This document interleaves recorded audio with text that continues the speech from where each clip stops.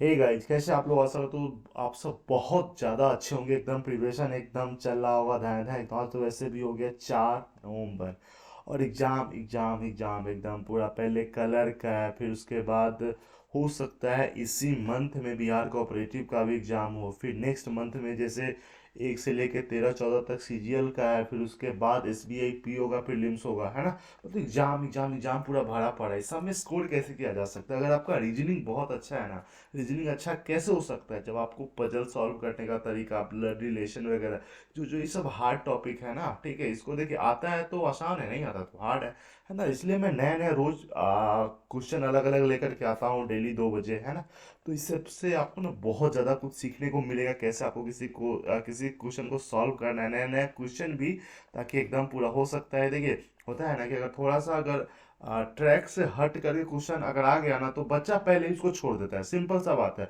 वही आज मैं पजल दिखाऊंगा, पजल में कुछ है नहीं, लेकिन जो पढ़ लेगा ना उस पजल को बना लेगा। लेकिन देखने में ही स्ट्रक्चर थोड़ा सा अजीब है तो पहले ही छोड़ देगा। अरे ऐसा भी आ सकता है भाई, एकदम आ सकता है। वही तो बात है ना, कि जो कहा जाता है ना कि क्लर्क में अगर 35 में 35 स्कोर करना है ना, एक पजल ससुरी पैसा डालता है, ये वही एक पजल में आज लेकर के आया हूँ, है ना।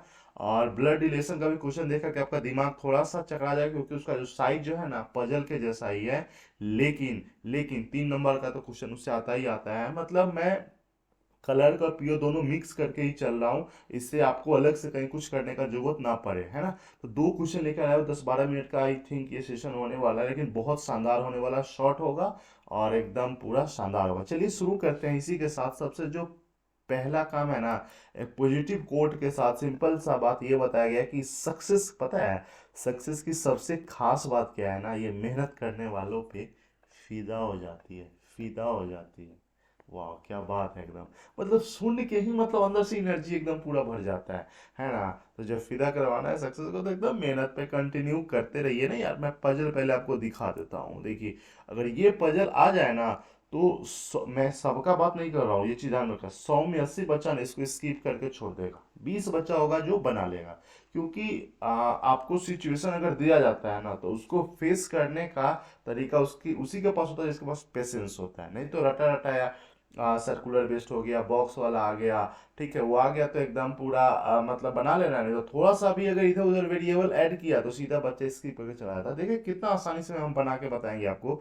उससे भी पहले बता दूं कि एक ब्लड रिलेशन का क्वेश्चन, मतलब थोड़ा सा देखने में लग रहा है कि कलर का जो है ना, मतलब जितना बड़ा पजल रहता है ना उतना साइज उसका। अरे कोई बात नहीं भाई, 3 नंबर कैसे ही थोड़ी ना मिल जाएगा। चलिए शुरू करते हैं। सबसे पहले मैं ब्लड रिलेशन का जो क्वेश्चन है ना उसी को सॉल्व करके बताता हूँ, कि और फिर उसके बाद आप पजल पे आएंगे, है ना। बस आप लोग एकदम ध्यान से कंटिन्यू करके रखिए। और उससे भी आपको अगर थोड़ा सा मजा करना है ना, तो एक बात में सजेशन करूँ, ठीक है, आप इसको वीडियो को पॉज करो, उसके बाद सॉल्व करो, ठीक है। अब फिर उसके बाद ना आप अपना तरीका मेरा तरीका एकदम देखना, मैच करना। या फिर बना लिए तो अच्छी बात है, तरीका भी आप देख सकते हैं, नहीं बना तो आप वैसे भी करके सीख सकते हैं। पजल में भी आप वैसे ही कर सकते हैं, इससे ना आपको सीखने को मौका मिलेगा, है ना। चलिए यहाँ पे का बात क्या कहा जा रहा है। देयर आर 9 पीपल, 9 लोग हैं ए से लेके आई तक, है ना। तो सबसे पहला ए से लेकर आई तक है, और उसके बाद तो शुरू ही हो गया ना। तो पहले ए से आई तक होता है क्या क्या है, जैसे ए हो गया, B C D E F G H और आई, 9 लोग हो गया ना, ठीक है। अब उसके बाद ना बैठाना हम इसको शुरू करते हैं। क्या क्या कहा जा रहा है, A is the mother in law of E and sister in law of C. देखिए, A is the mother in law of E का मतलब क्या होता है, ए जो है सासू माँ है, ठीक है, सासू माँ है। किसका है भाई, किसी का बेटा है पता नहीं, लेकिन ए जो है ई का है। ई का भी रिलेशन हमको पता एकदम नहीं है ना। तो वही कहा जा रहा है, A is the mother in law of E and sister in law of C. कौन, ए ही जो है ई का मदर इन लॉ है और सी का सिस्टर इन लॉ है। तो सिस्टर इन लॉ का मतलब क्या होता है कि इसका जो हस्बैंड होगा ना, जिसके हंसी के ऊपर ये बैंड लगा दिया ना, उसका कोई मतलब भाई बहन कुछ होगा वो सी होगा। सिंपल सा बात है। अब देखो, ये लाइन जो है उसका मतलब ये हो, जैसे A is the mother in law of E, A is the mother in law of E and sister in law of C, ठीक है। चलिए, B is the father of D. अभी बी डी का तो बात कहीं नहीं है, लेकिन हम ऐसे ही टेम्पोरी वे में बैठा देते हैं कहीं पे भी। बी क्या है, B is the father of D, मतलब ये वाला कहाँ सेट होगा अभी पता नहीं। If and D are sister in law each other, मतलब एफ और डी आपस में, मतलब भाभी या फिर भाभी की बहन वगैरह कुछ भी हो सकता है ना, ठीक है, या हस्बैंड की बहन है, मतलब सिस्टर इन लॉ है।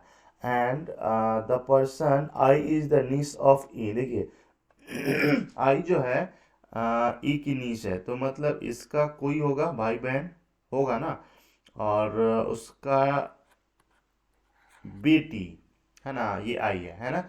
तो वही कहा जा रहा है कि the person I is the niece of E, मतलब भतीजी है, and C is the paternal aunt of D, C is the paternal aunt of D, मतलब ये फिक्स हो गया कि सी यहाँ पे है तो ये आंटी हो गई।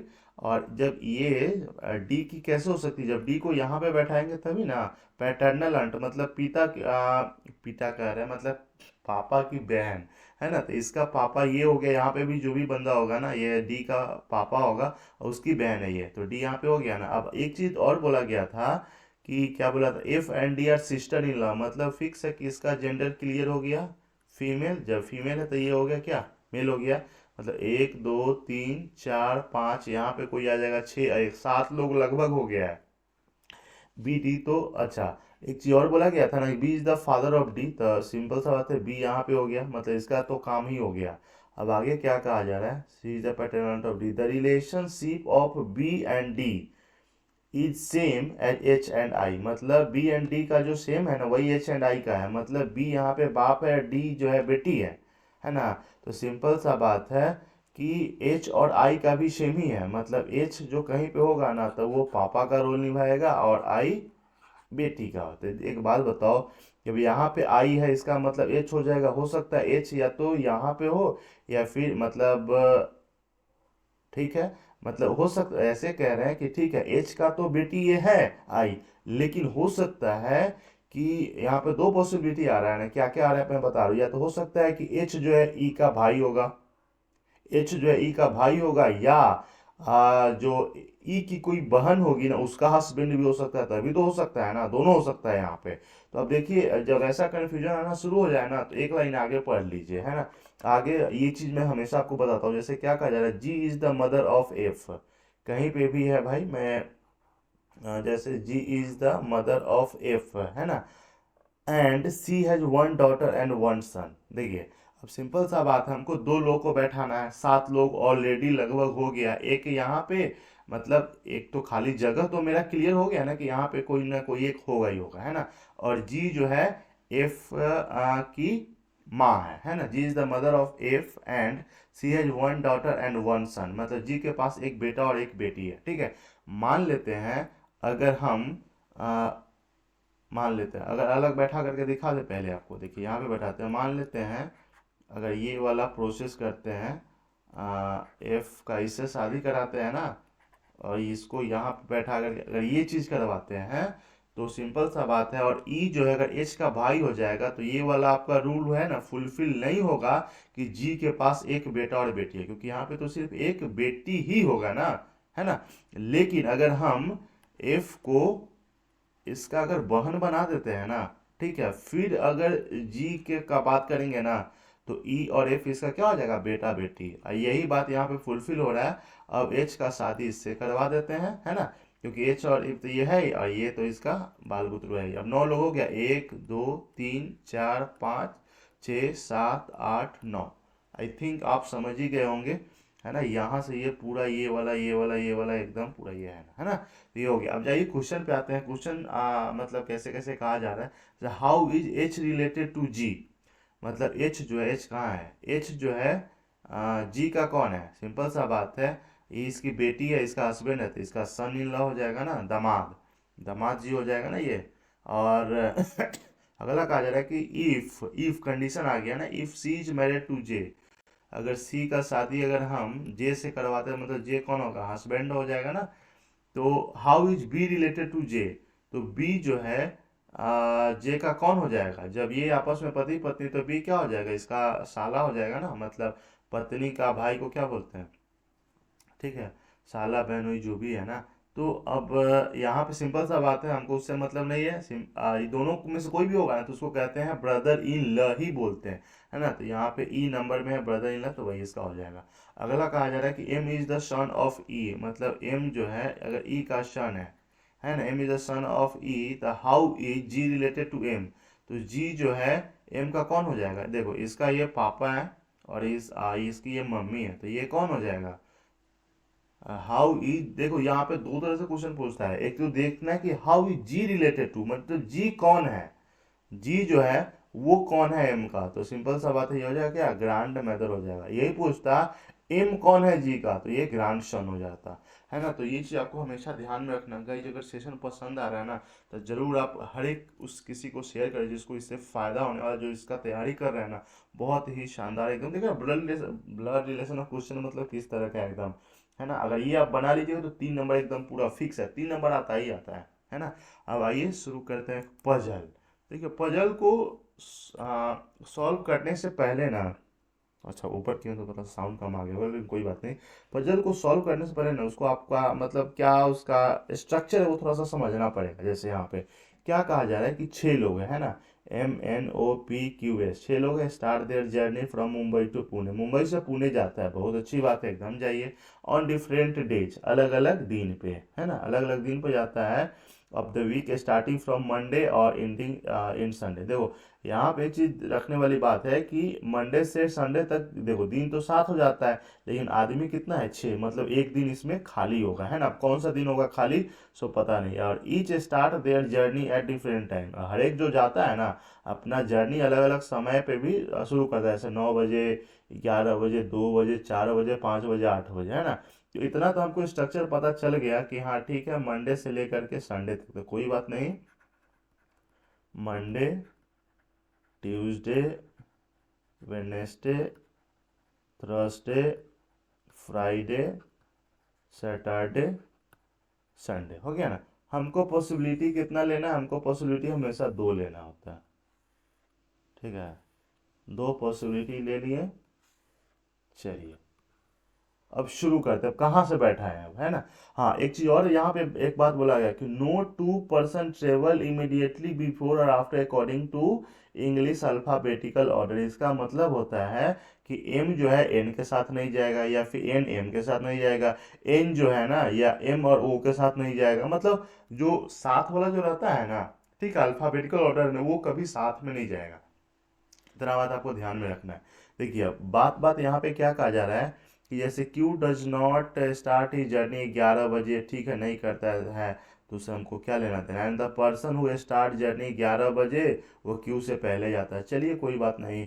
And the day on which no person goes, आ गया नो पर्सन का जिक्र, no person goes immediately after the day on which P go. देखिए जिस दिन पी जाता है ना उसके ठीक बाद कोई नहीं जाता है, लेकिन पी 8 बजे जाता है, लेकिन कहाँ बैठा है उसका कोई अता पता नहीं। आगे पढ़ते चले जाइए।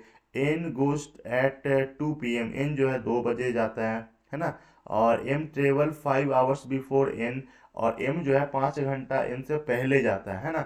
और कहाँ गया, M start 5 hours before N start is journey and go on Saturday. देखो एम जो है ना 5 घंटा पहले जाता है एन के, लेकिन एम जो है सैटरडे को जाता है, तो एम कहाँ पे आ जाएगा, एम आ जाएगा यहाँ पे हो जाएगा, है ना।